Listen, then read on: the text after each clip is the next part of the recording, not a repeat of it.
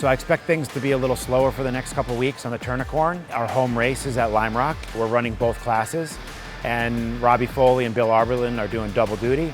And I needed some extra guys from the shop, so I'm bringing the guys that work on the Turnicorn down to Lime Rock, and we're gonna try to win some races. Bill Arberlin has been driving for Turner Motorsport for a long time. We've raced together in a lot of different BMWs, so he's got some opinions and he's got some experiences with some E46s, that's for sure. What made the E46 GTR so memorable was you had the handling of the E46, which everybody knows. That E46 on its platform was so direct and so precise and forgiving from a driver aspect. Everybody who's ever driven it loves it. What they didn't love is I could use more power. The handling so over and outperformed the power output that all it needed was more power. When they gave it the V8 of the GTR motor, or at one point I drove and they gave it the V8 of the, I think the 5-liter M5 motor, the car came to life and became a rocket ship. And when you have that combination, the best handling with a ton of power, all it does is put a smile on your face. Earlier in my career, when I raced for the factory, BMW would be nice enough and let me head over to Turner Motorsports to race. So I was racing the E46 325s, and we win the first championship in World Challenge. We win again.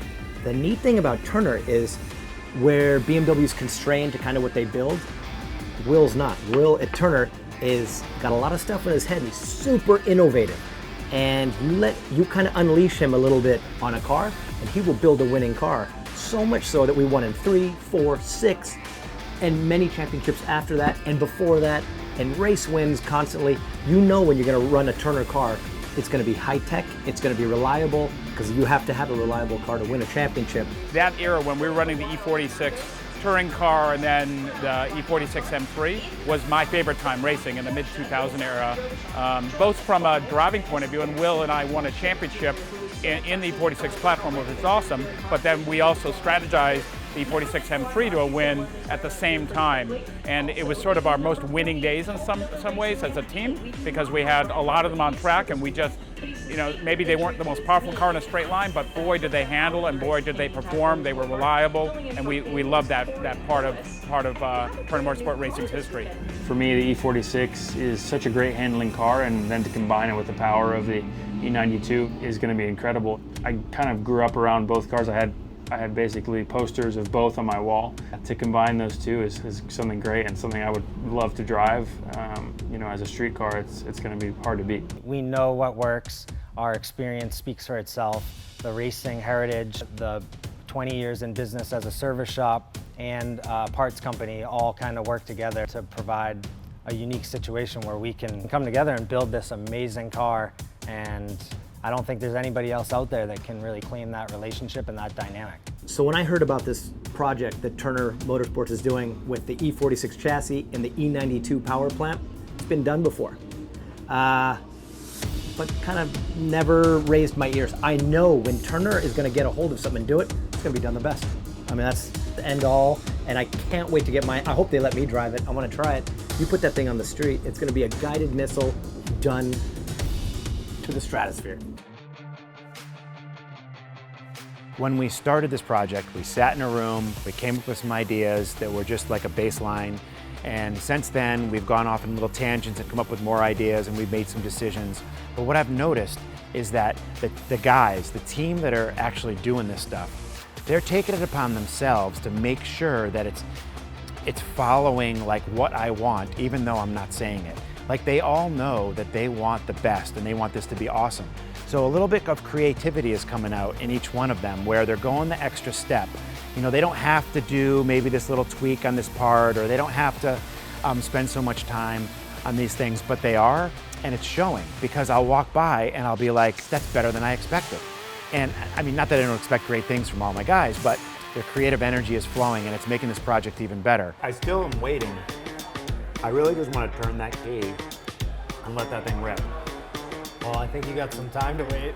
No, I know, but like I'm excited about it. I want it to happen tomorrow. I think it's going to be awesome when that day comes and you can rip it out of the shop. Oh, listen, you got the mariachi, the guy that sounds just like you. Yeah. I wonder if he'll come over here and sing I hope not. Sing a little song.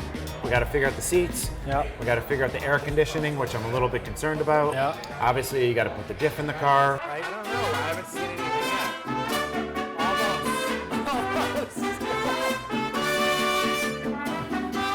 Wow, these guys are persistent tonight. These guys are. Maybe you should try and get them down.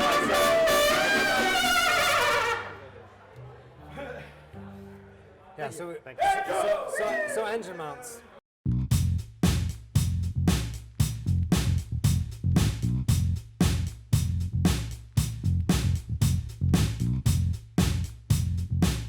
So we knew we wanted to upgrade the differential in this car. The stock limited slip unit in the E46 M3 is somewhat of a weak point. So we wanted to upgrade the limited slip unit, and at the same time we wanted to go with a more aggressive gear ratio to just get the most power down out of this car. Might sacrifice a little bit of highway cruising RPM, but we're gonna get much better acceleration. So there's a ton of different gear ratio choices, and we basically looked at them all on a spreadsheet and figured out which one would get us to 60 miles per hour in second gear. One of the big driving forces behind that is, we've done a ton of project E92 M3s, some with the 4.6 liter V8 in them, others with the normal, the 4.0 V8 engine in them. And every single car that has come through the shop or that we've built, the 410 ring and pinion has been the perfect combo for that car. The 6-speed transmission linked up to that differential is amazing. It feels amazing on the street. It feels amazing on the track. The diff built by Diffs Online. They're pretty much the authority on BMW diffs in the whole country, and they're right here in Massachusetts. So we had them do a 410 with a 3-clutch limited slip unit. The subframe is just about ready to be installed. We got everything prepped with that, inspected all the brake lines, everything. We're great with the brake lines, replaced all the old bushings in the subframe, put the differential into the subframe, the differential is ready to go up. Then we can start test fitting the drive shaft that we had built into the car. So basically I'm here today to just do a test fit of the initial designs of our engine mounts. I have the passenger and driver sides here, and on the passenger side it was pretty easy. We just swept from the block to the actual frame of the car, and we also put a big dip in to make a lot of space for the headers so that we can really have a lot more space to work in. And we did the same thing on the driver's side, but you'll see that we have a lot more space in and underneath it so that the steering shaft can go underneath the portion cantilevered out.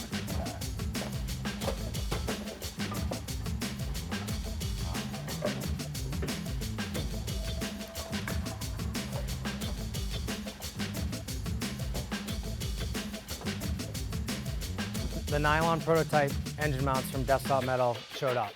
They look amazing. The only issue is they don't fit quite perfectly. Is the... Yeah, I can open that up. That's terrible.